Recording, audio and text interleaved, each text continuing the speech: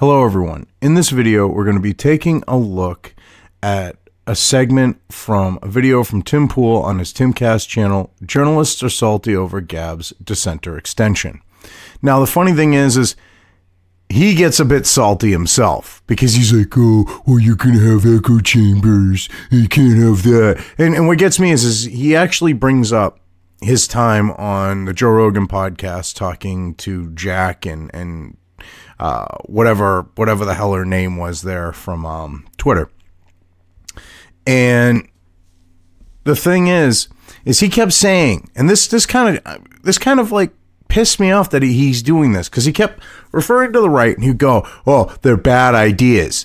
He kept saying bad ideas, and it was in reference to the right. And it's the completely messed up thing about it is the fact that these days it's the left that has the messed up ideas. You know, I don't believe in the false left-right paradigm. I look at what each side is saying, and I choose where I stand on my own personal beliefs.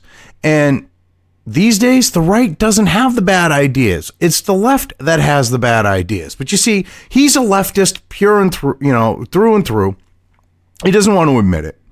You know, he's making money off of the fact that people are stupid to the fact that he was a leftist and changed his tune because, hey, he had to, because he was proven an idiot. He was proven a liar because he went up against Paul Joseph Watson. Oh, you don't know what you're talking about in Sweden. You're an idiot. You're just some right-wing moron type shit. I mean, he wasn't putting it like that, but that was the gist of it. And Paul Joseph Watson said, put up or shut up. I will help fund your way to Sweden. You can see for yourself. And then, because he actually had to be honest in his reporting, he earned people following him and subscribing to him that weren't left or far left. And he's got more from that than he has when he was one of the, far left, how do I put this? Mouthpieces, when he was working for those far left outlets. So, he's tried to play it like, oh, well, I'm a center left libertarian. As an actual libertarian, he is not one. So anyway, he, goes and starts out this video going, oh, dissenter's a good thing, but then he basically starts trashing it because, there's big bad right people, they're going to end up there and they're going to end up in an echo chamber. What the fuck does he think Twitter is? That is an echo chamber and a half, okay, where, guess what? People on the right, they get shadow banned. They get dethrottled. Same with Facebook. And they don't have an echo chamber. They're talking to themselves. The left has their echo chamber there, but he doesn't really call that out. And he brings up the same example he gave with the Baptist church going, well, look at what happened. She got de-radicalized. He thinks the right are the radicals. And it's disgusting. So I wanted to go through this clip real quick and just give my 2 cents on it. So here we go. Dissenter launches at a time when comment sections are no longer available on every mainstream news site and blog. YouTube is shutting down comment sections while also demonetizing channels over their comment sections, and social media censorship is the worst it has ever been. Here's the thing. The people who... When someone says, here's the thing, like he did, he's going to now, like, basically walk shit back on that. It's kind of funny. Because when someone goes, well, here's the thing, they're not agreeing with you on that. Who are likely to use dissenter are going to be of a particular political faction, though. Of a particular political faction. See, here's the thing. See, basically he's getting at those big bad right-wingers, they're going to be using dissenter. Dude, shut the fuck up. Take off that goddamn fucking beanie. All right, your winter hat, your wool cap. We all know you're bald under that shit. Seriously, dude, you are so dishonest, it's not even funny. All right, and I don't mean to personally pick on you, because from one bald guy to another, take the fucking hat off. Just shave your fucking head, get rid of the beard and the fucking mustache, because, bald people don't look good with that shit usually, and fucking own it. I'm sick of his shit because he's so dishonest. He can't even represent himself honestly. Oh, I gotta hide my bald spot. So I'm gonna sit there with a winter hat on thinking no one's gonna realize that shit. Oh, I gotta hide that I'm truly, further left than I really am. Like almost to the point of far left because, I can't have all those people I suckered into buying into my shit and thinking it don't stink after Sweden because of Paul Joseph Watson. I can't have them seeing me for who I really am. I mean, this is pathetic. He shows who he is in the Joe Rogan podcast, all right, with the fact of how he sees the right. He does it here, and yet these people keep buying into his shit. The platform, the extension itself, has tremendous potential. I think they're going to be met by a hostile media that doesn't want them to have the ability to do this. And so the last thing they want is for these conversations to happen. I was reading somewhere from, it was like neuroscientists talking about the importance of comment sections. Yes, the importance of comment sections, which he tries to twist here. The importance of comment sections situation is the fact that the comment sections actually sway people more than the articles, than the content that they're on. See, he's trying to portray it like the idea of the Baptist church broad that he brought up with Joe Rogan, and he brings up here that, it stops radicalism, it stops the far right. That's his whole point behind that. And it's ridiculous because the whole idea of it was that the comment sections literally have more sway on people because you have people interacting with people as opposed to some elitist leftist reporter dictating to someone. All right, because you don't have that there's more sway because it's an average person voicing their opinion, not telling you how you should think. They're saying, well, this is how I think about it, and they lay out their case on why they do. You don't have that with the media. That's why they shut down the comment section, because they're like, you have to think this way. And proximity. And they were, actually, I'll use this example. When I was on the Joe Rogan podcast with Jack Dorsey, he mentioned that there was a woman from the Westboro Baptist Church. No, you mentioned it. Nice try, though. She was de-radicalized because she was on Twitter and was exposed to other people. Two things happen when you have comment sections. People can communicate with each other. Someone might say they're a Trump supporter and someone else can say they hate Trump, but then they interact and they realize the other person's not that bad. They're, typically they'll leave saying like, well, that person was an idiot, but they weren't a Nazi, right? But what happens when you separate these groups? This is where it starts getting terrifying to me, and I don't blame Dissenter for this. I blame the path to hell paved by good intentions.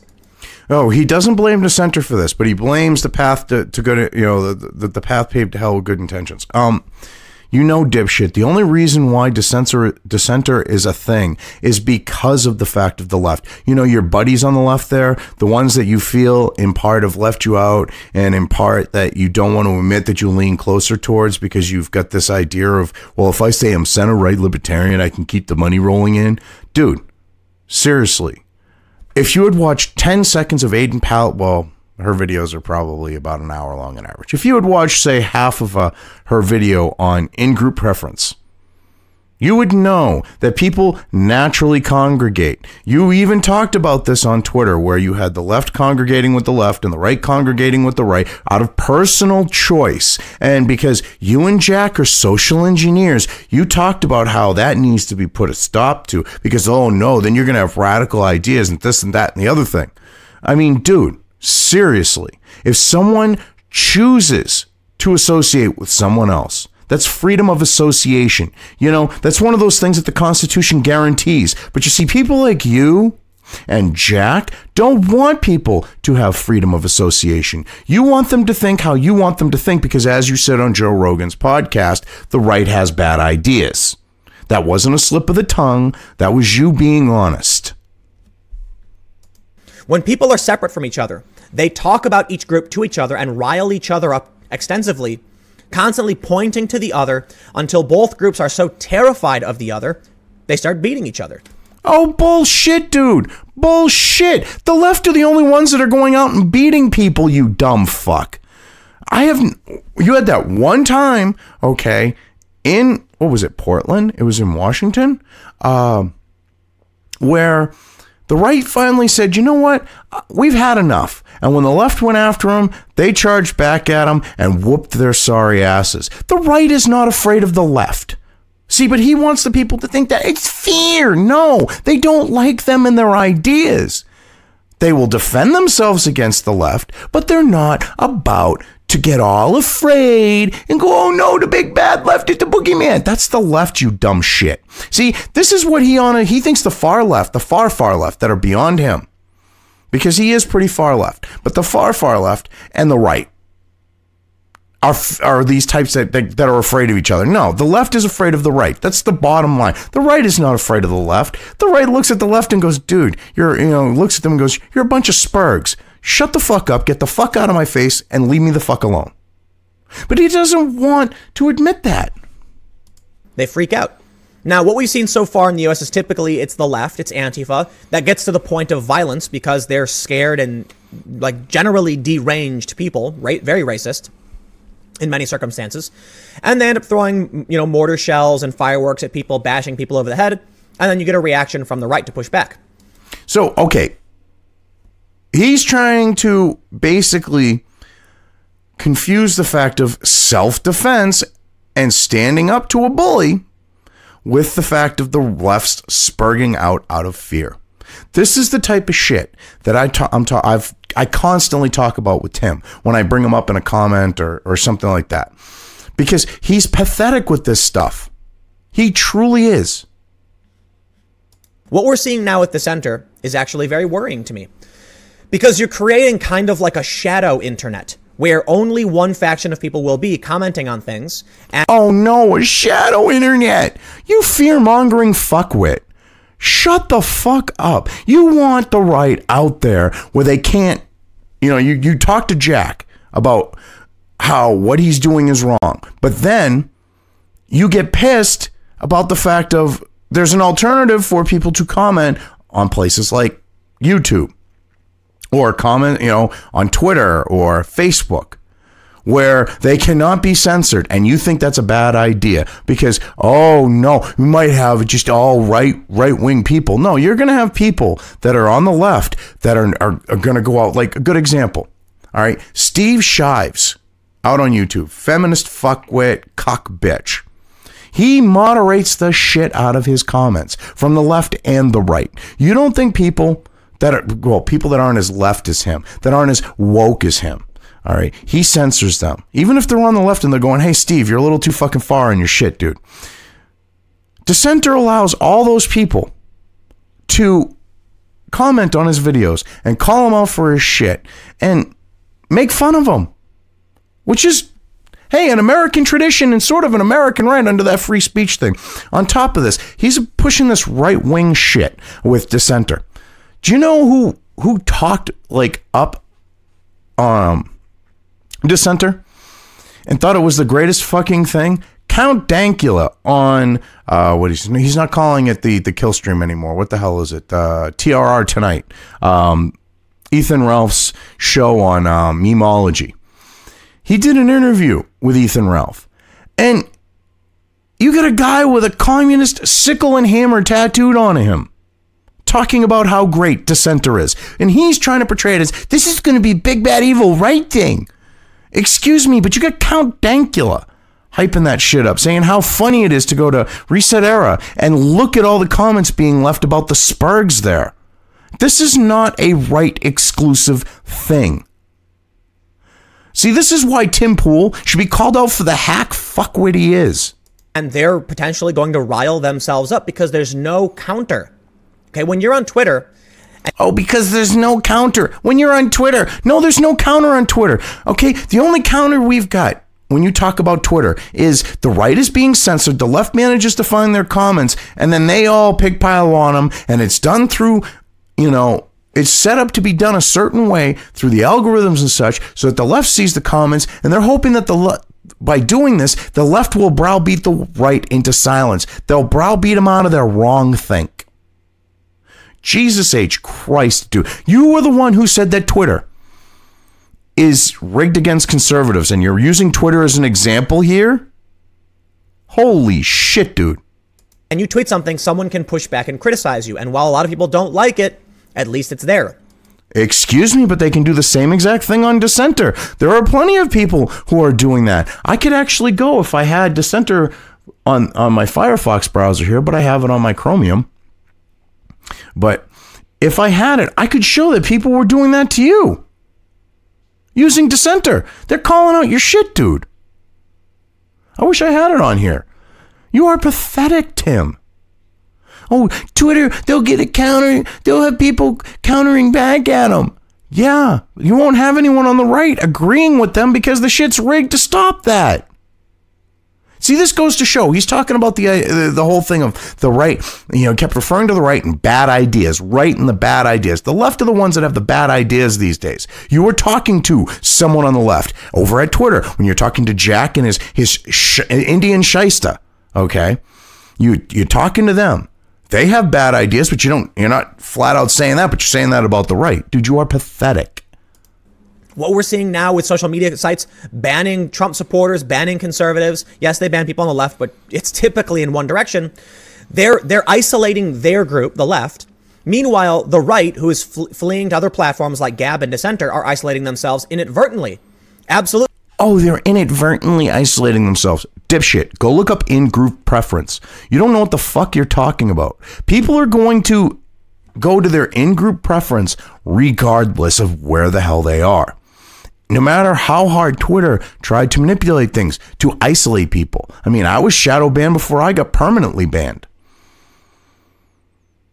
The thing is, they're still going to find their in-group preference. But you don't understand that. You think that we can just middle ground this shit, and then the left will get rid of those right bad ideas. Dude, that's not how it works. Really, these people didn't want to be isolated, but they were forced off. And this is what I said to Jack Dorsey, that you are pushing people to the darkness. You are pushing people to oh my God. Do you believe this shit? He is literally saying that the right is the darkness. Dude, get bent. Go fuck yourself. And when you get time, obviously. But seriously, he's showing his true colors here. This is why when I saw this video, I'm like, shit, I don't normally do these types of things, but this dumb little fuckwit needs to be called out. Taking people who smoked a little pot and putting them in a maximum security prison with murderers. What do you think that's going to do to people? Oh my God, he's doing the guy who smoked pot's getting put in prison for murder comparison. It's not even a valid one. Holy shit. Dude, you really think that the average person on the right is a fucking moron and these alt-right LARPers are really going to convince them? You think that Crybaby Cantwell, okay, being on Gab is influencing people? Dude, he's a fucking joke. All right, I live in the same state as him. The next time he wants to say, anyone want to say to my face I'm a punk bitch, I'll fucking volunteer. I'll go meet the motherfucker. And I'll tell him he's a punk bitch when he talks all fucking tough. I don't give a shit. You people are fucking... Because you know what? He is a punk bitch. You're a fucking punk bitch. All right? And if he wants to take a swing at me, that's his fucking prerogative. I will defend myself. But I'll call him out for what he is. And I'll call you out for what you are. And I'll do it to your face. If I ever saw you to your face, Tim, I would call you a punk bitch to your face and I would call you out for your shit. And I would literally point out all of your bullshit. Like with this. Oh, the dark side. Oh no, people like Crybaby Cantwell are going to influence them.